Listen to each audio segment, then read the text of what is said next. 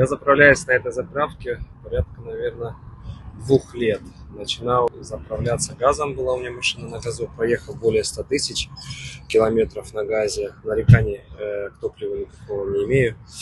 Вот, сейчас приобрел машину на бензиновом топливе, сейчас заправляюсь на данный момент бензином.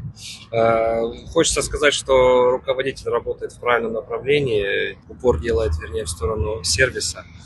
Очень нравится, как сейчас выглядят заправки, как внутри, так и снаружи.